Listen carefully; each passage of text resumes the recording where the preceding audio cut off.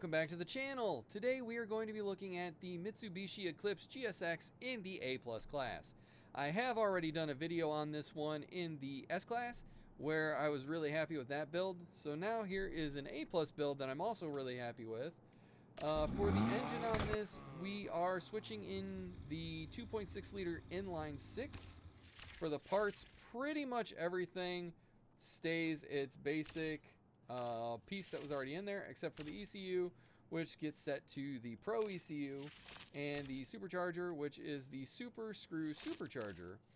And then we have the Elite road suspension with super brakes, Elite grip tires, the Elite clutch, the Sport 5-speed gearbox with the Elite differential, and Super Nitrous grip and drift. For the handling of this car, we have 100% grip. Steering sensitivity is all the way up, downforce is in the middle, traction control is of course off, and drift entry is set to brake tap.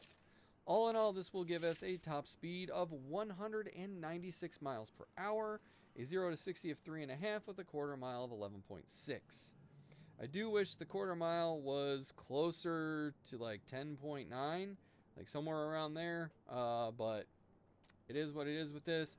There are other builds of this for A+ that have a greater top speed. I have built one myself that was over 210 miles.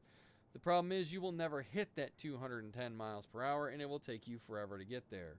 It already takes enough time to hit the 196, but if you're going down the long straightaway highway races that have 0 corners to them, then you will hit this, and you will probably win, because most people don't build their cars out to have top speeds over 185 or so in A+. I can usually win with a top speed of around 187. So, yeah, this is kind of an all-around build to kind of do it all. So, let's go hop into a race and check her out.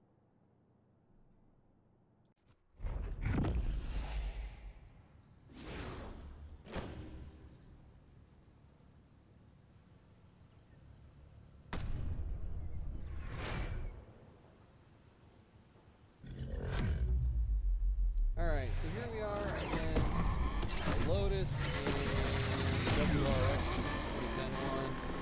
Unless you tune that WRX 2010 properly, it is not the greatest car.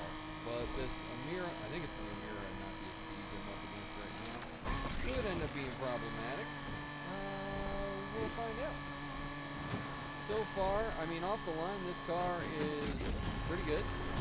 So far, it seems just fine handling. Let's see. There we go. Thank you. And so far, I'm managing to stay in the lead. We'll see how many times I can screw up and lose my lead, because that is a thing that happens quite often with my driving. But I will just screw up and lose whatever lead I had. For whatever reason. It's like I want the extra challenge of screwing up and trying to get back up. Oh, they lost something in those corners back there, because they just disappeared all of a sudden. Oh god.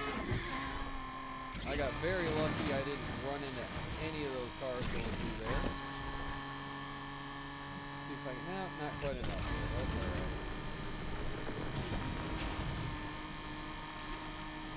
So obviously, getting up to the top speed of 196 is not an easy task, considering there isn't a whole lot of straightaway down this route. I mean, there's some straightaway, obviously, but not a ton. So it doesn't have enough time to build up to that top speed, and I'm not getting quite, oh, that was almost really bad. Not getting quite enough burst NOS to get myself there. But it still has a pretty good top speed. Oh, Lord. Yeah. Okay, let's take forever to reset. That was ridiculous that it took that long to reset.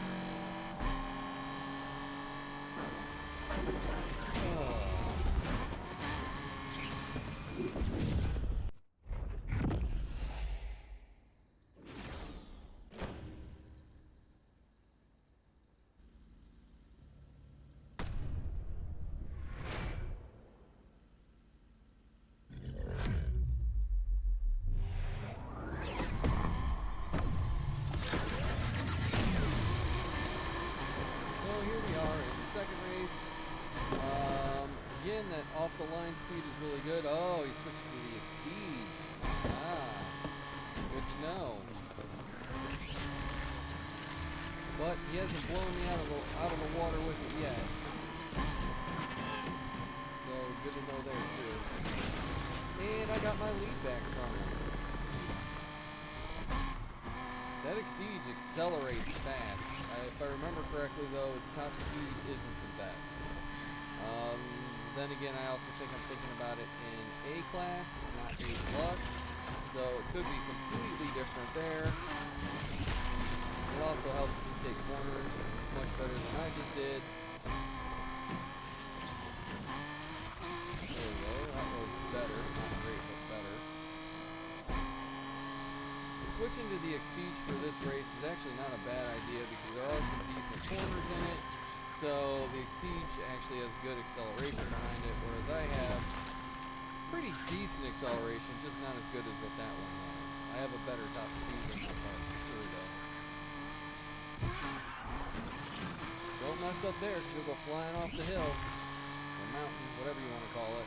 You will fly off of it, and you will lose a lot of time.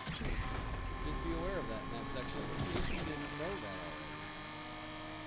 So here we come on to the last little section of the race here. And hopefully I can just keep my lead and not worry about that Exceed at all. I'm still annoyed that I hit that bridge in the last race because I should have won that race, but that's okay. I didn't because of bad reset through Criterion, but you know, what are you gonna do? I won that one though, and it really wasn't that big of a battle once I passed the Exceed and got the lead back. I mean, the race was mine. I think they screwed up in a corner or two, but I still won by 8 seconds. So the guy in the Exceed switched back to using their Impreza. So let's see if that's going to be good or bad for me on this race. Apparently the Exceed was bad for them in the last race. Ended up being good for me. Let's get this launch. And away we go. Is he going to let me pass, or are they going to try and put me in the wall?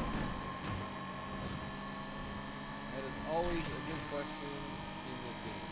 You're never sure what other people are going to do.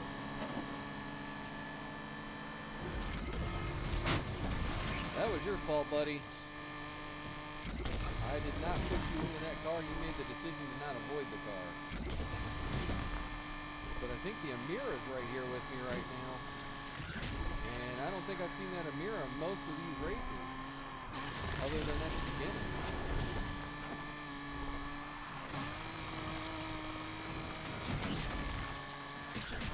I've done that before in races where I'm trying to pass somebody or get into a specific spot.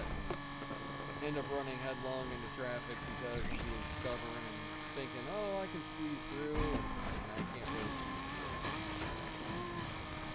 That was a pretty good drift there. It was like part micro drift, part drift.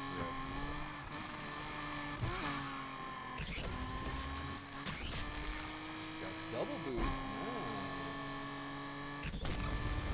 I should have raced the race where I could really show off the top speed on this car. I don't know why I didn't, but I chose not to for whatever reason. These races, mostly because there's some decent corners in them. And the first race in this series does have corners and everything else too.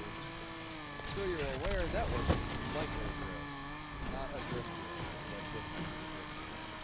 It turned into a micro apparently. I'm very happy with the handling of this car. It really kind of does what you want it to do. And the acceleration is pretty good. I wish it was a little bit better than what it is. I wish I could have gotten down closer to like 3.2. But really what it is not bad at all. And the car handles really well. It's got that excellent top speed if you ever end up on those long straights where you're going to need it. Let's see what we can get this car up to before we hit the finish line. So Get down this last straight. It's not gonna be real high, 153. So not bad. Yeah, I really do like this car. If you haven't bought it already for some reason, I don't know where you've been living, under a rock or something. This car does well in pretty much any class you can put it into. I haven't tried B class yet, but it does really good in pretty much anything else. And if you're not facing a Regera in S+, it does pretty good in S+. So that's going to do it for me today. If you haven't already, please subscribe to the channel, leave some comments down below, smash that like button, and I will catch you in the next one.